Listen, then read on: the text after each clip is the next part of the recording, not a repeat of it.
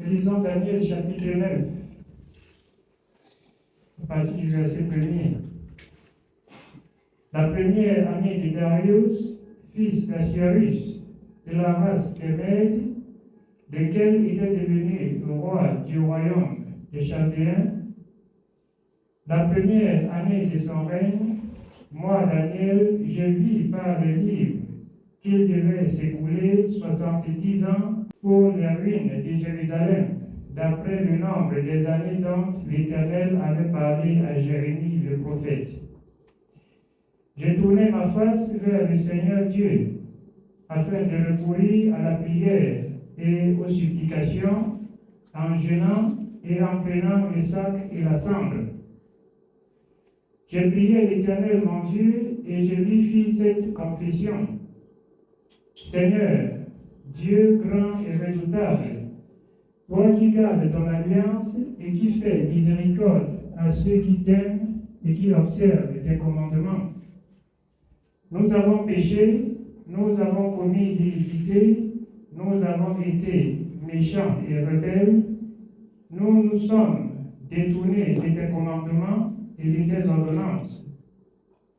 Nous n'avons pas écouté tes serviteurs, les prophètes, qui ont parlé en ton nom à nos rois, à nos chefs, à nos pères et à tout le peuple du pays. À toi, Seigneur, est la justice et à nous la confusion de face. En ces jours, aux hommes de Juda, aux hommes de Jérusalem et à tout Israël, à ceux qui sont près et à ceux qui sont loin, dans tous les pays où tu les as chassés à cause des infidélités dont ils se sont rendus coupables envers toi. Seigneur, à nous la confusion de face, à nos rois, à nos chefs et à nos pères, parce que nous avons péché contre toi. Auprès du Seigneur notre Dieu, la miséricorde et le pardon, car nous avons été rebelles envers lui. Amen. Ici, Daniel implore l'Éternel au sujet d'Israël. Il implore l'Éternel au sujet d'Israël. C'est une exhortation qui peut être très longue. Parce que lorsque nous rentrons à la lumière de la parole, partant depuis l'Égypte avec Moïse, il y a eu des prophètes, il y a eu des rois, il y a eu des souverains sacrificateurs établis par Dieu sur le peuple. Mais chaque personne que Dieu établissait, soit ils déshonoraient Dieu, Israël, soit ils obéissaient au vivant du sacrificateur. Après son départ, une autre établie, ils se détournaient de la voie de l'Éternel. Jusqu'à ce que Dieu trouve que la loi qu'il a donnée à Moïse pour préparer le peuple ne peut pas conduire le peuple à la perfection.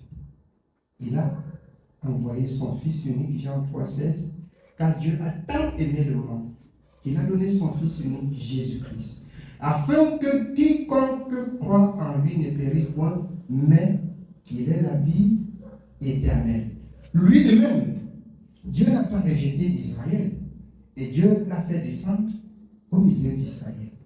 Prenez Jean 1, verset 10, voire jusqu'à 13. Nous lisons Jean chapitre 1, du verset 10 au verset 13. Il était dans le monde, et le monde a été fait par elle, et le monde ne l'a point connue. Elle est venue chez les siens, et les siens ne l'ont point reçue. Mais à tous ceux qui l'ont reçue, à ceux qui croient en son nom, elle a donné le pouvoir de devenir enfants de Dieu, lesquels sont nés. Il était dans le monde. Tout ce qui a été créé dans le monde a été créé par lui et pour lui. Il est venu chez les siens, voilà, du peuple israélien. Les siens ne l'ont point reçu. Il s'est tourné vers le monde.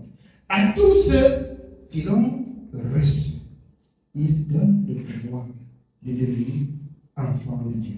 Vous comprenez pourquoi Dieu n'est plus le Dieu d'Israël terrestre, mais l'Israël terrestre qui a rejeté Dieu et que Dieu, dans sa colère, a promis, comme vous avez entendu dans Daniel, la sentence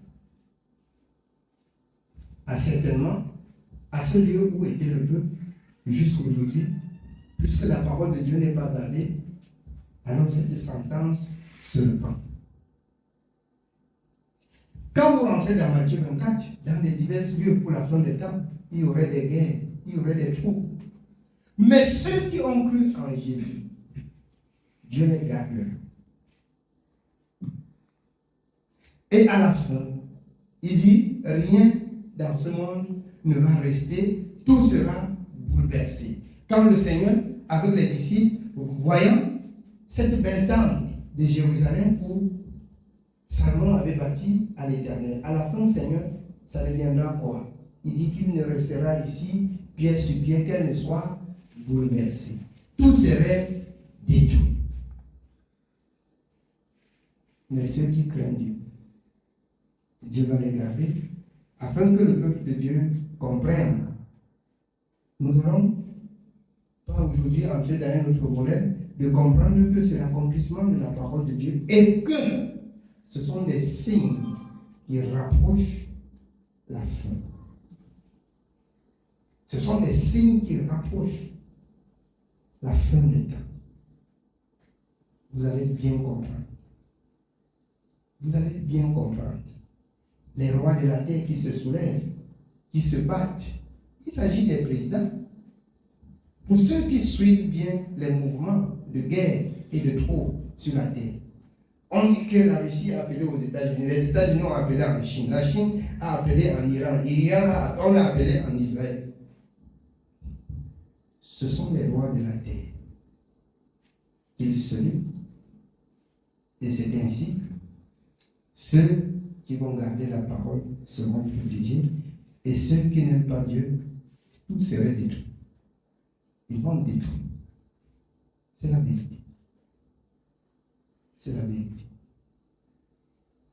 Il est venu chez les siens. Les siens ne l'ont point reçu. Il était dans le monde par la parole. Puisqu'au commencement était la parole. Quand vous commencez au verset 1, la parole était avec Dieu et la parole était Dieu. La parole a été faite chair, parlant de la personne de Jésus et a habité parmi nous. Il est venu ainsi chez les siens et les siens ne l'ont point reçu. Il a balancé la parole par tout le monde.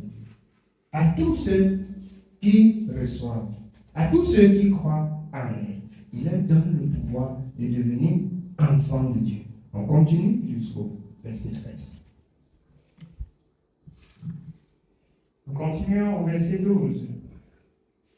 Mais à tous ceux qui l'ont reçu, à ceux qui croient en son nom, elle a donné le pouvoir de devenir enfants de Dieu, lesquels sont nés, non du sang, ni de la volonté de la chair, ni de la volonté de l'homme, mais de Dieu. Il n'y a pas la volonté de l'homme là-dedans. Il n'y a pas la chair là-dedans. Qu'est-ce qu'il était né dans notre ville, dans notre pays et dans notre quartier? Il n'y en a pas. C'est qui a accepté ce qu'il a dit. Qui a fait ce qu'il a dit. Qui a suivi ses recommandations. C'est là les personnes que Dieu cherche. Quand vous rentrez dans Jean 4, les vrais adorateurs adoreront le Père désormais en esprit et en vérité. Ce ne serait plus sur cette montagne de Sinaï, ce ne serait plus à Jérusalem, qui est où? Qui est où? En Israël, non? Ce ne serait plus là-bas, dans Jean 4.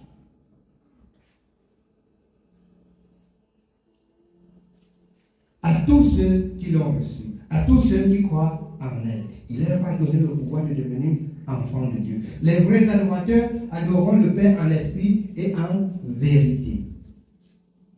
Si tu écoutes la parole, si tu plies ta volonté aux paroles de sa bouche et tu marches selon ce qu'il a enseigné, tu deviens israélite. Tu as pour destination Israël. Tu as pour royaume, bien aimé, le royaume des cieux, qui dans 1 Jean dit, nous le verrons tel qu'il est, si nous persévérons, si nous craignons. Quand dans 1 Jean, il rappelle que ceux qui sont nés de Dieu ne pêchent point. Et ils verront Dieu tel qu'il est. Dans l'état du péché, on ne peut pas voir Dieu. Ce n'est pas possible que les gens cessent de vous animer, que à la fin, quand vous allez mourir, vous allez monter, vous allez descendre, les gens vont venir faire des prières sataniques sur votre corps pour que ça monte. Ça monte trouver qui? Ça monte directement en enfer où ils ont construit leur maison. Personne n'intercédera pour le mort, ni le mort pour le vivant, ni le vivant pour le mort. Ça, c'est Hébreu. Après quoi, l'homme va mourir une seule fois. Après quoi vient le jugement. Le jugement, pour donner la destination à l'homme, s'il va continuer à mourir ou s'il va continuer à vivre. Amen. Oui. Nous rentrons dans Daniel. Nous revenons dans Daniel chapitre 9, au verset 10. Nous n'avons pas écouté la voix de l'Éternel, notre Dieu, pour suivre ces lois qu'il avait mises devant nous par ses serviteurs, les prophètes. Nous n'avons pas écouté la voix de l'Éternel, notre Dieu, par ses prophètes qu'il avait mises devant nous pour nous enseigner ses lois et ses ordonnances. Nous n'avons pas écouté. Je vais vous dire quelque chose.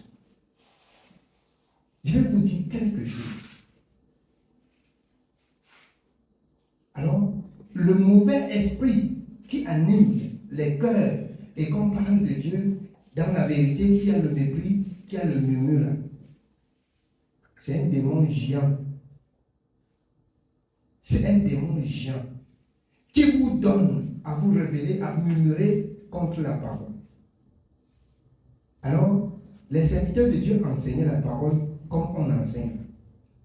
Ils murmuraient, même contre Moïse. Contre Moïse, ils murmuraient. Ils n'acceptaient pas la parole de Dieu. Et c'est le même mauvais esprit. C'est le même mauvais esprit qui pousse les gens à murmurer et à ne pas accepter la parole, à trouver que c'est difficile, à aimer le monde, à vouloir faire ce qui est dans le monde pour être à l'amour, pour que le monde nous accepte. C'est un démon géant. Chaque personne devrait dire non au monde. Non au monde. Résister au monde. On dit que tu n'es pas, selon le siècle présent, selon le modèle, selon le modernisme, tu acceptes. Tu dis que tu as choisi la vie éternelle. C'est à la fin qu'on va voir qui a sapé et qui n'a pas sapé. Amen. C'est à la fin qu'on va voir qui est habillé et qui est nu. C'est la fin.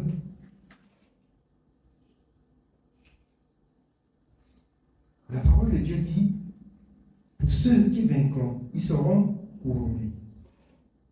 Il dit, quand vous voyez les rois et les princes du monde, quand on les couronne, on met les trucs blancs, non. On met des habits grands. Amen. Ceux qui vaincront seront couronnés et seront vraiment, ils garderont le vêtement de fête, comme c'est indiqué dans l'Apocalypse. Ils garderont le vêtement blanc. Blanc. Même parmi les rois et les princes et les présidents du monde, je n'ai pas encore vu quelqu'un qui soit tout blanc. Amen. Je vais vous dire, même la façon de se revêtir pour eux sont des signes. Ce sont des signes.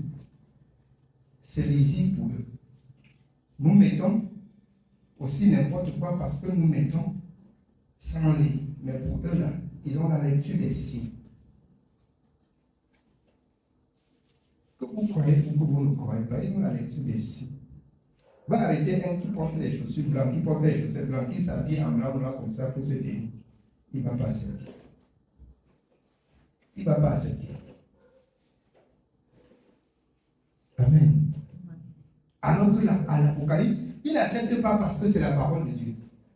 Chacun gardera son vêtement blanc. Le blanc, tout blanc là, est destiné pour les racheter. Il dit qu'ils n'ont pas de tache. Ils n'ont pas de tache. Vous voyez le symbole du monde. Quand on fait le mariage, même c'est vrai qu'il est vrai qu'on échoue toujours. On cherche, on met les robes blanches sur les femmes, on met les chaussures blanches. Mais après, il faut voir ce qui est sur la tête. Ce sont les cheveux qu'on a importés.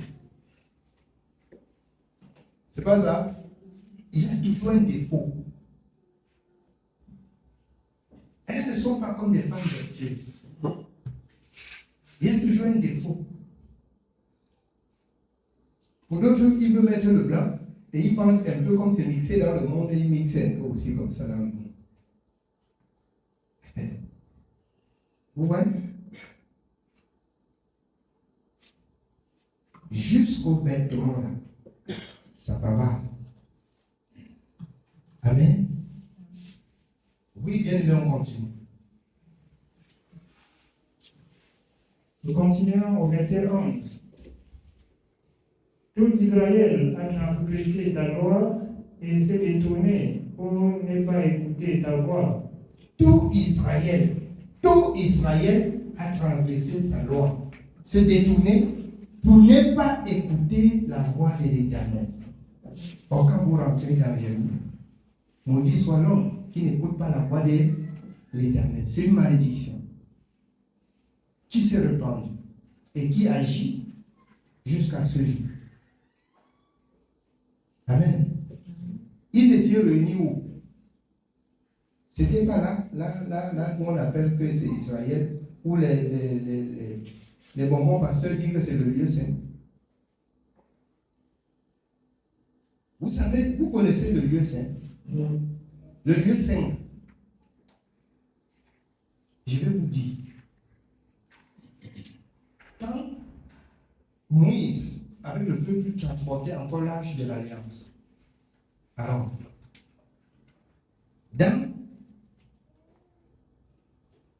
ils appelaient ça quoi? La tente. Où on déposait l'arche de l'Alliance de l'Éternel.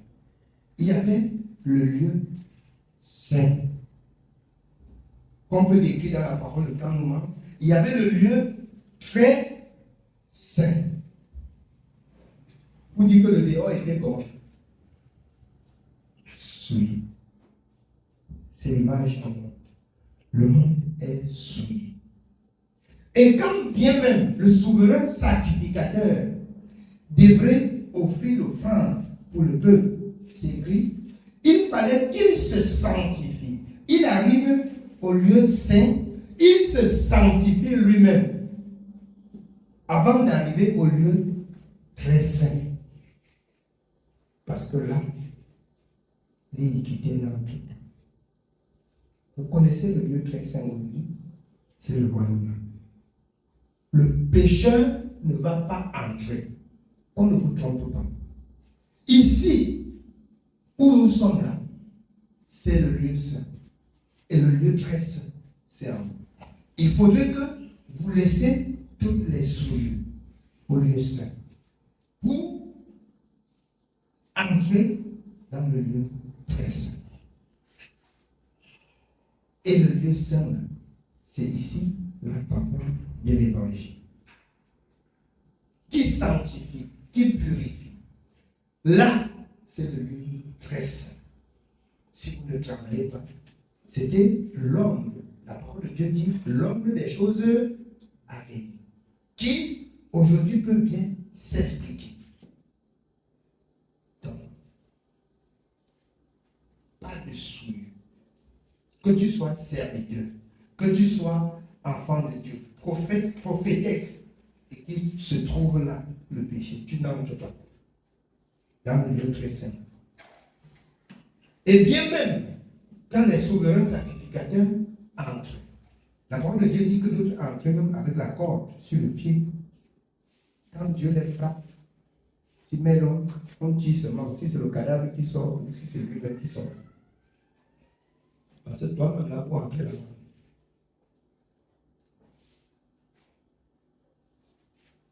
Vous n'avez pas encore lu ça? Hein? Vous n'avez pas lu? Ne lisez pas. Je vais lire et vous expliquer.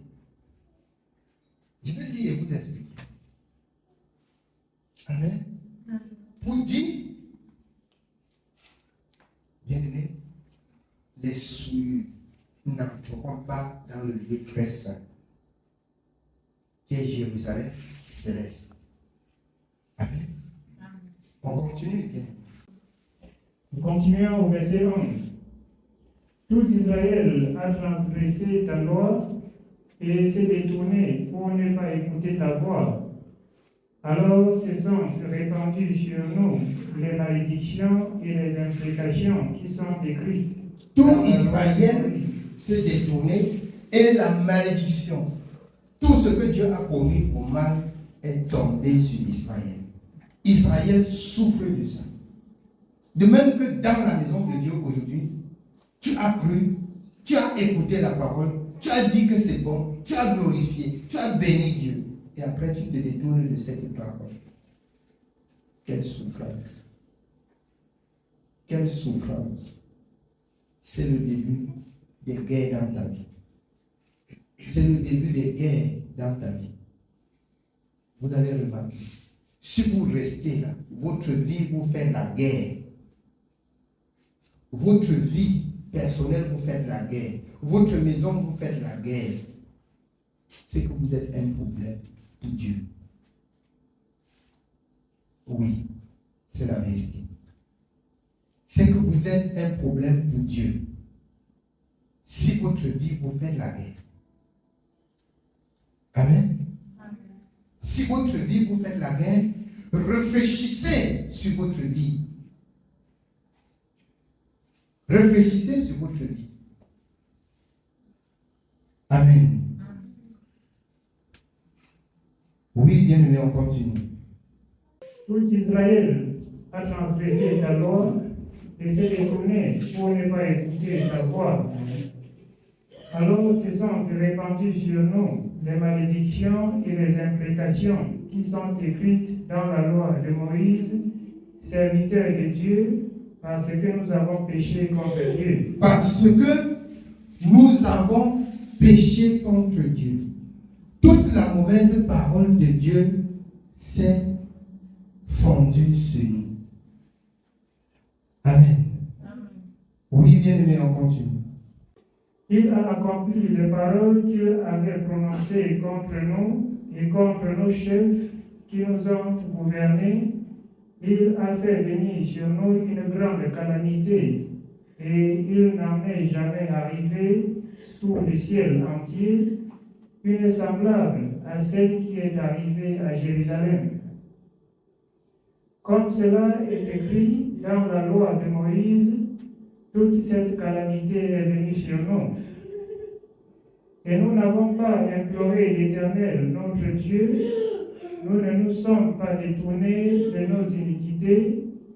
Nous n'avons pas été attentifs à ta vérité. Nous n'avons pas été attentifs à ta vérité. Toutes ces mauvaises paroles se sont accomplies sur nous. Amen. On continue. Nous sommes au verset 14. L'Éternel a veillé sur cette calamité et l'a fait venir sur nous, car l'Éternel notre Dieu est juste dans toutes les choses qu'il a faites, mais nous n'avons pas écouté sa voix. L'Éternel notre Dieu est juste dans tout ce qu'il a fait, mais nous n'avons pas écouté sa voix. La voix de l'Éternel qui se fait entendre, c'est la repentance. C'est la repentance pour Israël. Donc, Daniel implorait ainsi l'Éternel en faveur d'Israël. Amen. On continue. Continuons au verset 15. Et maintenant, Seigneur, notre Dieu, toi qui as fait sortir ton peuple du pays d'Égypte par ta main puissante, et qui t'est fait un nom comme il l'est aujourd'hui, nous avons péché, nous avons commis l'iniquité. Nous avons péché, nous avons commis l'iniquité. Alors Daniel implore l'Éternel pour le pardon d'Israël. On continue. Au verset 16.